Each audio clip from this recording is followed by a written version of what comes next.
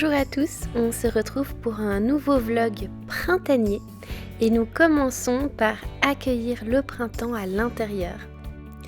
Décorer, ça sert aussi à mieux vivre le passage des saisons et l'arbre de Pâques, c'est le grand traditionnel de cette saison. Ma maman en faisait chaque année lorsque j'étais petite. Et cette année, j'ai utilisé des branches de la taille de mon érable que nous avons fait dans le dernier balcon vlog. Vous allez voir que ça commence à se développer à l'intérieur. Je me demande même s'il ne va pas y avoir des fleurs. J'ai décoré avec des œufs, avec des petits oiseaux et également avec différents petits lapins un peu partout. Sans oublier les bougies qui ne me quittent pas parce qu'on a toujours besoin de cette douce lumière réconfortante le soir.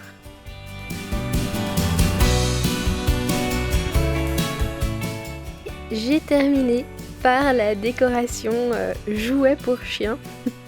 Vous savez que j'ai un petit sac à chaque saison avec des jouets triés pour la saison. Ça me permet de faire un tournus et ils sont toujours sur le thème.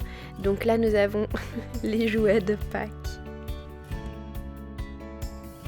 Et ce petit pingouin rose me fait penser à Céleste dans Animal Crossing.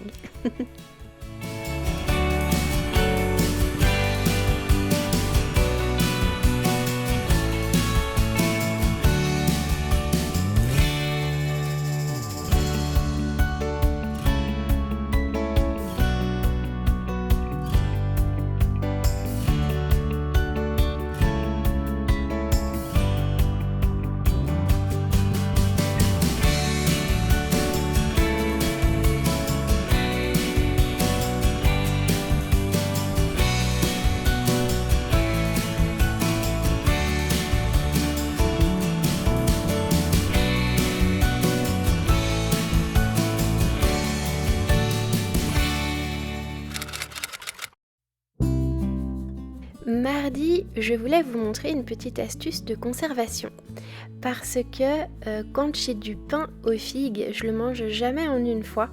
D'ailleurs, en général, j'en fais 2 parce qu'ils sont faits maison et c'est super pratique de pouvoir le congeler en petites portions et sortir le matin, 1 heure avant de le manger, la portion avec laquelle je vais déjeuner par exemple. Et là, j'ai juste suffisamment pour me faire 3 petites tranches, de les couvrir de margarine avant de les engloutir. Dedans, il y a une petite combinaison personnelle de fruits secs et noix. Petit tour des fleurs, parce que je pense bien que les fleurs sont en train d'arriver sur les branches d'érable. Et également petit tour des fleurs dans la plantagère. Là, j'ai une jolie surprise au niveau des violettes africaines. La Sundown Trail, qui est une variété semi-miniature, est en fleurs et on peut voir que les racines sont très présentes au niveau de la réserve d'eau. En parlant d'eau, voici une violette africaine qui a soif, avec les feuilles toutes molles qu'on peut facilement replier. Et en comparaison, une violette africaine qui n'a pas soif, dont la feuille est bien ferme. Comme ça vous donne l'astuce pour savoir à quel moment il faut arroser la fleur. Donc celle de gauche, surtout qu'elle est en train de commencer à fleurir également, je vais l'arroser immédiatement.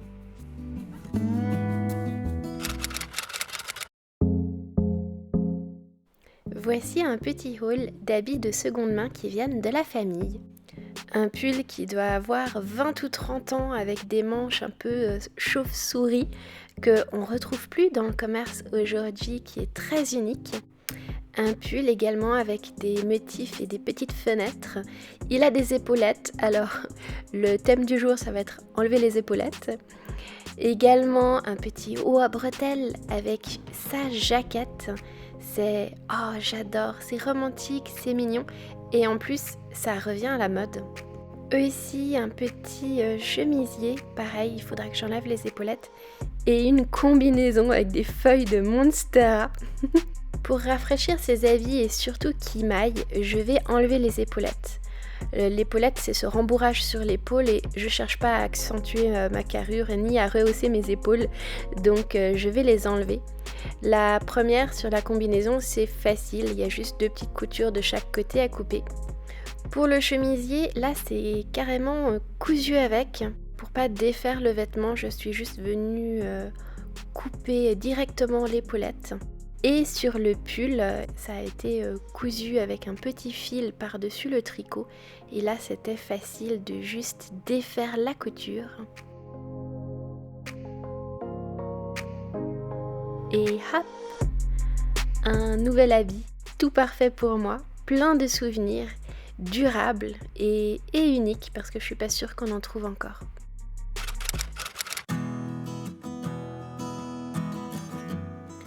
Jeudi, je vous embarque dans ma plantagère, plus particulièrement dans ma collection de violettes africaines, parce qu'il y a des choses à faire.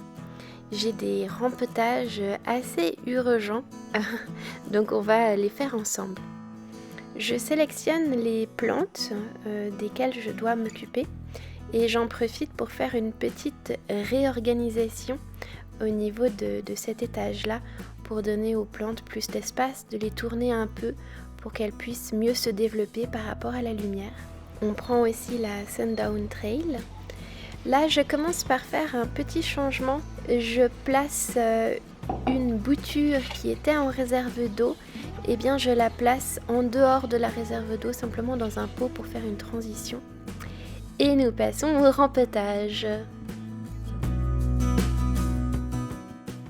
J'ai refait mon petit mélange pour violette africaine.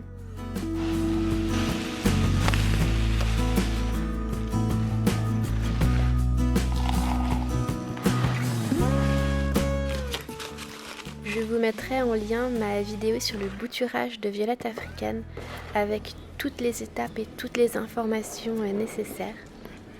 La première chimère que nous allons rempeter commence déjà à préparer sa deuxième floraison. Ses racines dépassent en bas du pot et c'était vraiment le moment pour moi de la rempeter. Mais je ne voulais surtout pas fragiliser ni déranger la plante vu qu'elle prépare ses fleurs. Donc je vous montre une façon de rempeter qui est très délicate. Quand on fait comme ça juste un agrandissement de pot, on utilise le pot précédent pour marquer le trou. On remplit avec la terre sur les côtés pour ensuite venir placer la plante tip top, parfaitement dans l'emplacement prévu pour elle et on n'a absolument pas touché les racines ni dérangé quoi que ce soit. Je vous le remontre avec la deuxième chimère, là c'est l'Ontariospore. De nouveau des racines qui explosent. Malgré qu'elle soit en pleine floraison, elle commençait un peu à tirer la tête. J'ai fait un nettoyage de feuilles et pour éviter d'abîmer les racines qui avaient vraiment fait un lien, j'ai carrément coupé le petit pot. Et j'ai rempeté de la même façon que la fois précédente, simplement en faisant une empreinte et en déposant la plante dans cette empreinte.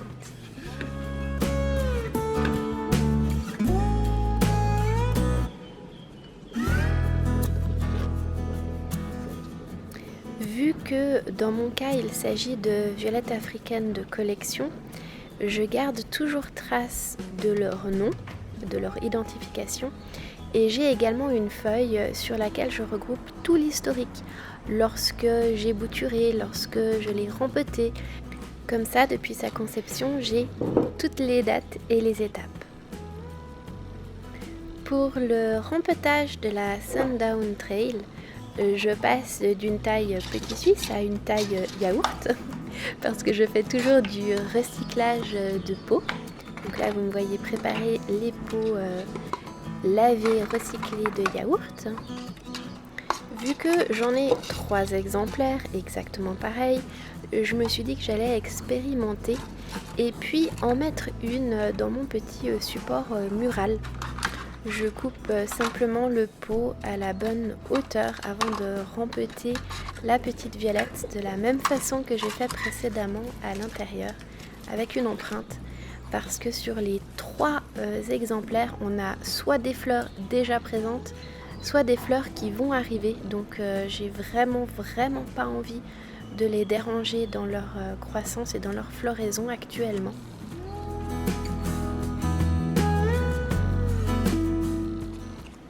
Lorsque je peux récupérer la petite ficelle qui sert à l'imprégnation de la terre par l'eau, je le fais. Mais lorsque les racines sont trop accrochées, pour éviter de les abîmer, eh bien je laisse tout simplement la ficelle dans le terreau. Là j'ai sauté les images, mais vous voyez une feuille de violette africaine a produit 5 boutures. Enfin, 6, il y en a une toute petite que j'ai estimée trop fragile et j'en avais déjà assez. Toutes ces petites plantes fraîchement rempetées vont retrouver leur quartier dans la plantagère. J'adore passer du temps après à juste les admirer.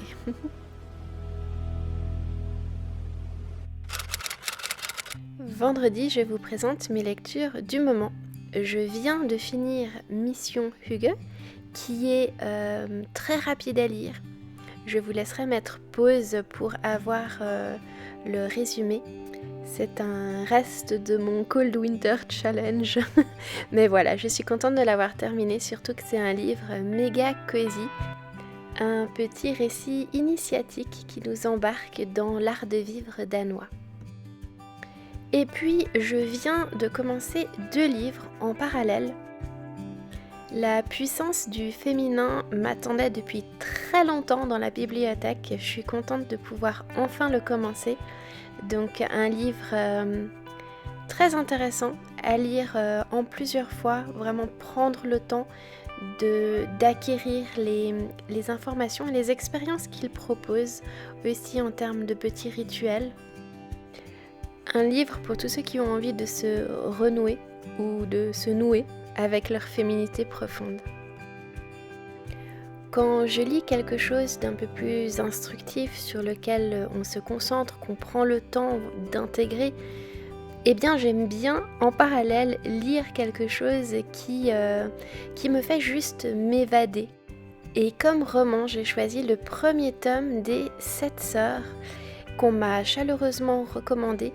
Je dois dire que je trouve le début, les 100 premières pages, un peu trop long, mais il y a des choses intéressantes qui commencent à pointer leur nez, donc on verra comment ça se passe entre certains moments d'ennui un peu, je dois dire, et d'autres où je suis franchement intéressée.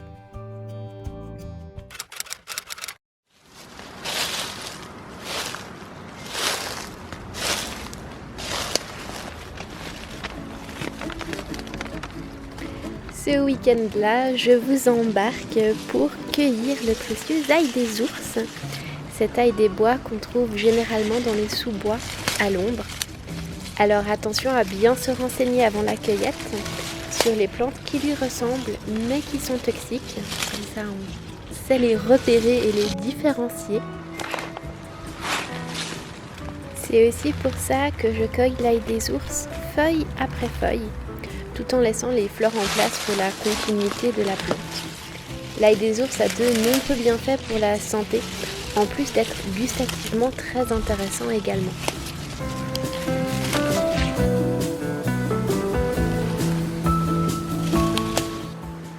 Avant de ramener ma cueillette à la maison, petit tour de ces magnifiques clivias en fleurs qui appartiennent à quelqu'un dans la famille. Là, nous avons ces magnifiques fleurs jaunes pâles. Je suis amoureuse de cette couleur-là. Et à côté, il y a également la couleur orangée qui est beaucoup plus fréquente en jardinerie. Je rêve d'avoir une véranda pour leur offrir un univers dans lequel elles puissent s'épanouir comme ça. Et je vous montre aussi un ancien DIY qui est toujours vivant parce qu'on m'en demande des nouvelles. Il s'agit du jardin de pierres vivantes des Litops dont le tuto est en vidéo sur la chaîne. Pour revenir brièvement à l'ail des ours, il existe différentes recettes que je n'ai pas encore toutes expérimentées, alors n'hésitez pas à me faire part de vos recommandations. Ce jour-là, après l'avoir bien lavé et coupé, j'ai simplement utilisé l'ail des ours pour aromatiser des restes. Et c'était simplement très bon.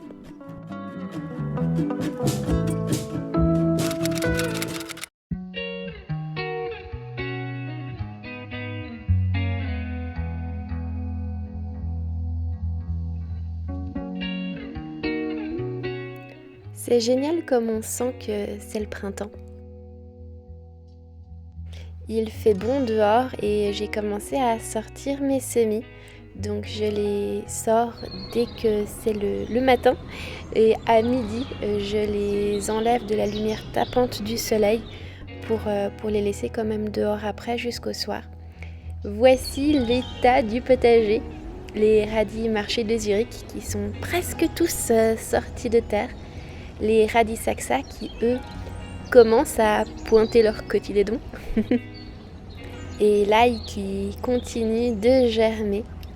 C'est très intéressant à surveiller tous les jours, ce petit potager de balcon. Mais aujourd'hui, en plus, on va planter.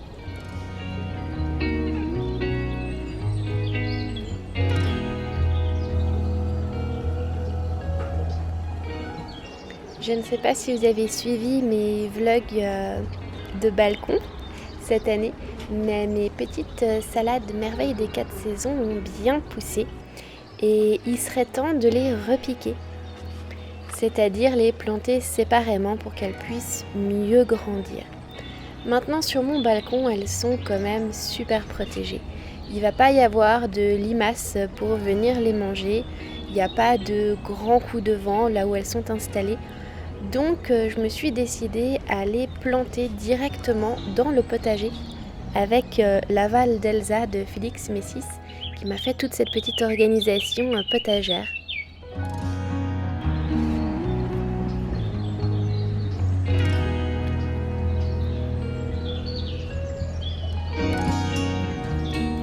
Alors j'ai pris ce petit moment pour moi pour jardiner au son des oiseaux et j'ai planté les plus jolies petites pousses de salade que j'avais.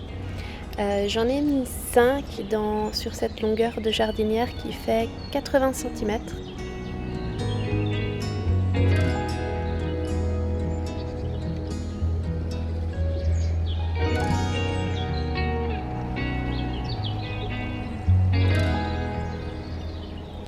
Je sais qu'il y a pas mal d'eau déjà dans la jardinière, mais pour permettre aux racines de bien s'installer et éviter les poches d'air, j'ai arrosé juste au pied des salades nouvellement plantées.